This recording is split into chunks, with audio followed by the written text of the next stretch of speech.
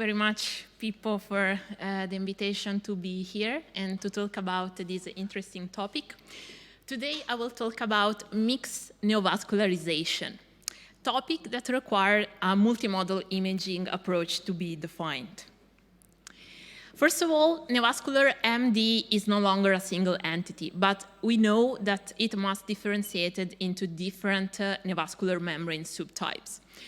What we are about to see today in this presentation. So first of all, we will see that typing vascular neomembranes is not always easy. All forms of neovascularization don't respond equally to all forms of treatment, and a greater understanding of the pathophysiology and the different manifestation of neovascular MD can inform the development of individualized therapy and improve treatment outcomes. So, to talk about neovascular membranes, we cannot proceed from retinal pigment epithelium.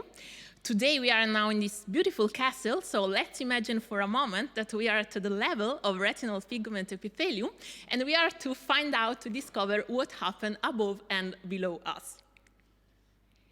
The need for standardized terminology is now worldwide recognized.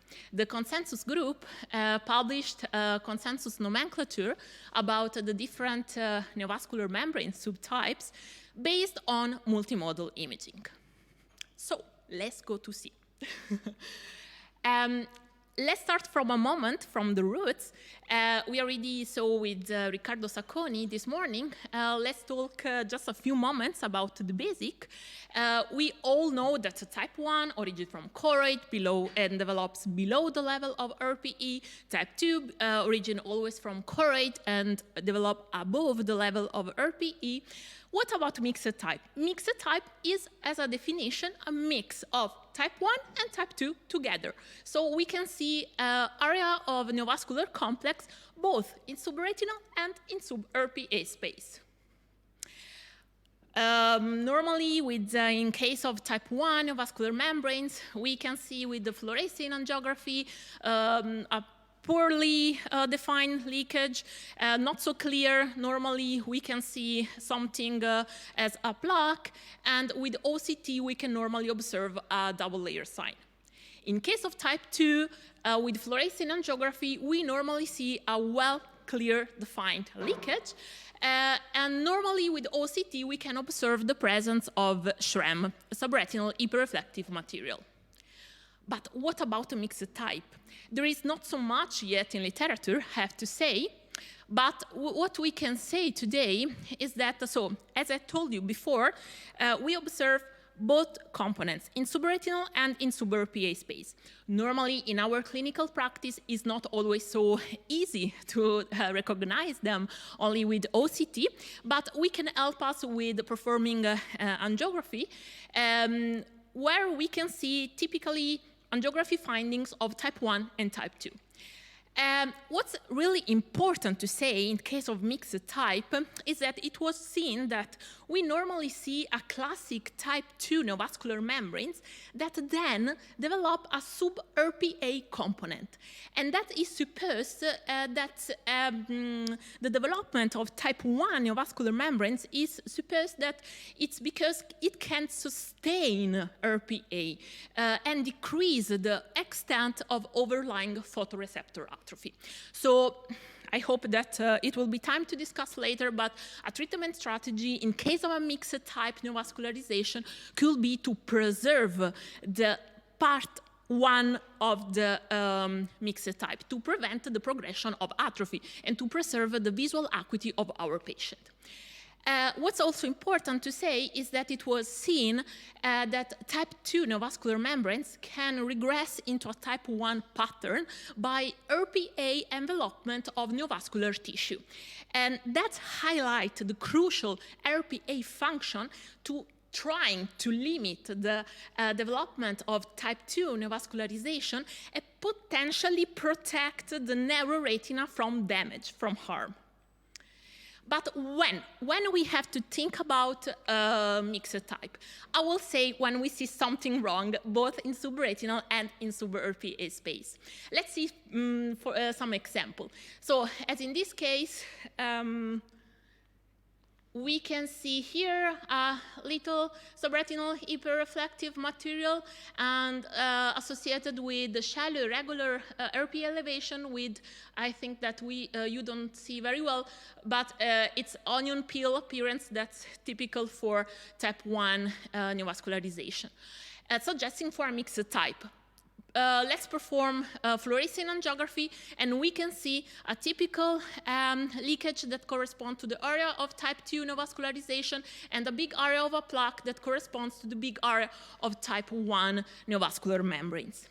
What happened after 2 years? We can see that the type 1 part of the mixed type acts well. The type 2 turns into a fibrotic scar. Let's go on. That's another case of mixed type neovascularization that arises from soft drusen. We can see at the beginning soft drusen, then the appearance of hyperreflective foci that we have seen this morning could be sign of RPA migration activity or something else. Let's see what happened after 4 years. Suddenly this drusen collapsed, and then we observe the appearance of subretinal hyperreflective material with a shallow irregular RPA elevation with subretinal and intraretinal fluid, suggesting for a mixed type. That's a really interesting histologic section that I found. The group of New York Freund studied the histologic section of these mixed neovascular membranes beyond the typical finding that we can suppose that we can see, so type 1, type 2. What's really interesting in this photo is that they saw RPA here also above the type 2 neovascular membranes, suggesting that what we already said before, so the RPA that try to envelope the type 2 neovascular membranes to limit the extent of neovascular membranes and to protect the narrow retina and photoreceptor from damage. What about the overall it's not so clear here. The overall visual outcome of the mixed type is not so good. So compared to the pure type 2 neovascular membranes, mixed type had a worse visual outcome. And what is also important to say that in this study was seen that the lesion reactivation rate in the mixed type neovascularization was higher. The reason why the lesion activation was higher is uncertain, but we can suppose that we all know that RPA acts as a barrier to anti-VEGF, so the anti-VEGF effect is more prominent in the subretinal than in sub-RPA space. Wait, but why? Why we are talking about type 1, type 2, mixed type? Does it really make a sense in our clinical practice? Should we change to glaucoma patient? Should we ask to artificial intelligence? Maybe. But today we have the answer. And the answer is definitely yes. The first one we got in the EAGLE study. In the EAGLE study, it was seen that a patient with the better visual acuity at baseline had a better probability to achieve better visual gains over time with the treatment. So this study highlights the importance of a prompt right treatment with early fluid resolution for better visual outcomes. It was shown Maria Vittoria. We have seen that fluctuations are absolutely also to avoid, and that's because it's really important to recognize these neovascular membranes, to better understand them, and to know how to treat them correctly. So we have to avoid fluctuation because, as we've seen already with Maria Vittoria, they promote destructive changes such as macular atrophy or fibrosis. Another reason why it's really important to know which kind of neovascular membranes we treat is because each neovascular membrane is associated with a different visual outcome and response to anti-VEGF. So we can say that statistically, type 1 neovascular membranes patient begin from good visual acuity and tends to maintain this visual acuity over time. In the case of type 2 or mixed type patient, we start from the lowest normally visual acuity, but this patient had a greater capacity to obtain visual gains over time. And we can see clearly in this graph, so as I said before, we can see here a patient with type 2 that start from the lowest visual acuity compared to the other neovascular membranes, then with over time had capacity to obtain visual gains. In the case of type 3, normally patient the first year display good visual gain, but then after first year, because of recurrent exudation or so, tends to lose vision. That's also really important to say that each different types of neovascular membranes had different frequency of macular atrophy. And that's really important to know how also to inform our patient and to predict the treatment outcome. It was seen that type 2 and mixed type neovascular membranes are associated with a high risk for macular atrophy.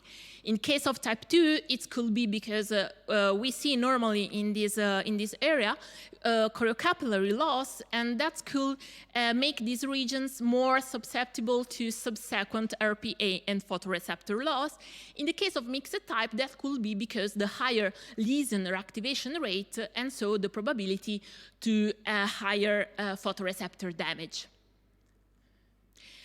As I already said, normally in our clinical practice, it's really difficult to recognize only with the OCT the different types of neovascular membranes.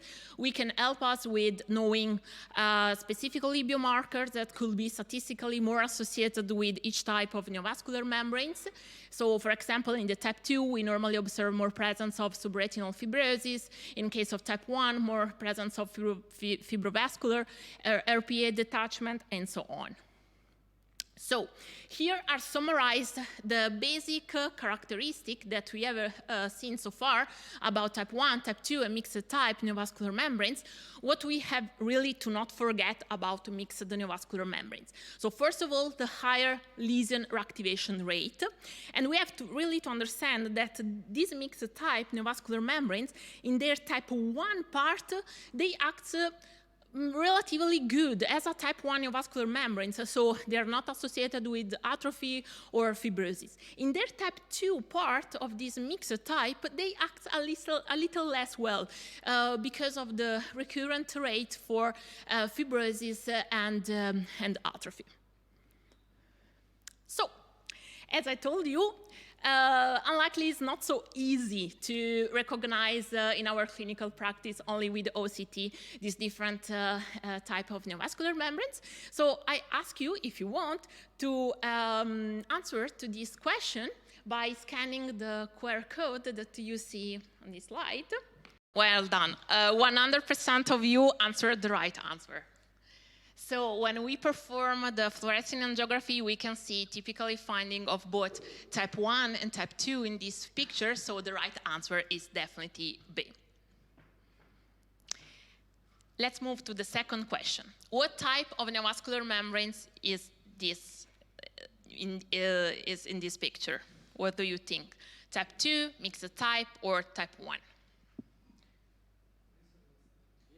So 70% of you answered A, type 2, 20% of you answered mixed, 10% of you answered C, type 1. Did you change your opinion seeing the fluorescein angiography? It's type 2. Because, genau, yeah, we see the typical leakage with, associated with type 2. Okay, comment, that's, yeah. Wait, let's go to the third, yeah.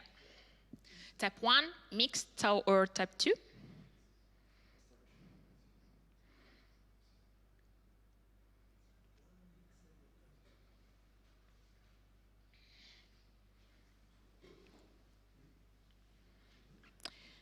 We see shallow irregular elevation, RP elevation, SRAM. Okay, so most of you answered mixed type. 30% of you answered type 2. And 10% of you answered type 1. Let's see the angiography. It's not working. Wait. Okay.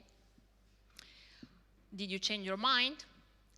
I think that with angiography, it's better clear, so we can see the plaque corresponding to the type 1, the leakage corresponding to the type 2, so we can definitely say mixed. Wait, okay. So let's go to the last question. What type of neovascularization do you think that there is in this picture? Type mixed type, type 2, or type 1?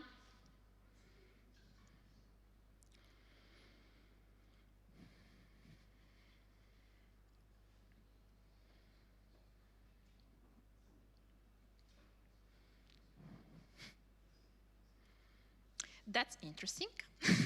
I also have to say that I didn't make the right answer when I saw this only the OCT. So most of you answered type 2, 50%, 40% type 1, and 30% mixed type. Let's see the angiography pictures. It's a type 1 because we see only a plaque. So really important performing always fluorescein angiography. So, what do you explain that the modifications are above the ECG? That's really interesting. That's a really good point. I think that in case of all different neovascular membranes, we have really to not always think that all the biomarkers that we have seen so far are characteristic for that type of neovascularization. We have always to ask us if it's really exudation correlated with, for example, a type 2 neovascularization, or could be a finding that's correlated with chronic fluid. What is the neomembrane? It's masked from the fluid, Yeah. probably. Yeah. So finally, OCT is not the right examination to make a diagnosis of a mixed type neovascularization. Multimodal imaging is essential. Yeah, that's definitely right. So, thank you for participating. So, at the end, we can definitely say that we have need for further investigation and separate analysis, considering the particularity that we have seen so far for mixed neovascularization. Also, the concept that I think that could be discussed, so that we have said that maybe in the case of a mixed type, it's not so bad to tolerate the presence of a type 1 neovascularization. There is a strong need for different treatment strategy between all different kind of neovascular membrane subtypes, because of we have seen the different visual outcome, response to anti-VEGF, different macular atrophy risk, different fibrosis risk. And third point is multimodal imaging, as we have seen in these questions, is really essential.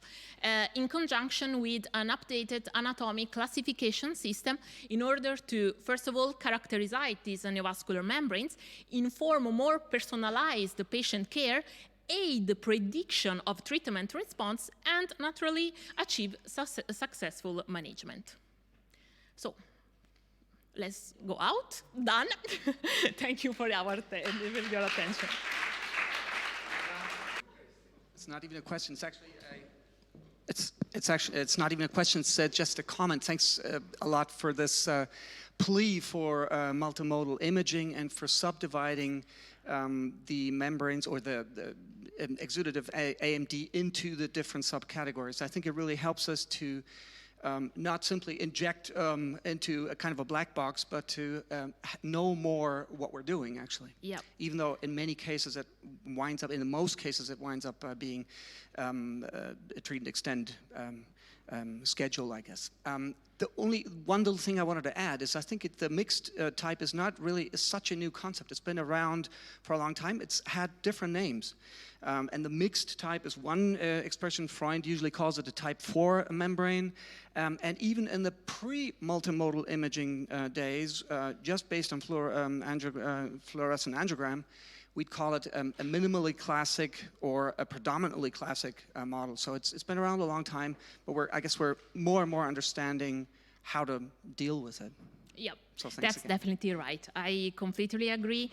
I think that, yeah, it's definitely not a new finding, but I think that only just a few time that we really begin to understand what's under this kind of neovascular membranes, and I think that there is a lot to find out also.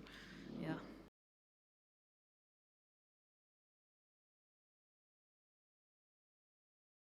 I've been asked to reiterate my brief comment at the end of Feliciana Mena's wonderful presentation on mixed membranes on the occasion of the Day of the Castle at the Castle in Bellinzona, recently organized by People Simona, where Feliciana explained us, drew our attention to the fact that in many cases where we're not sure whether we're dealing with a type 1 or type 2 neovascular membrane, we should not forget the fact that there is something as a mixed membrane.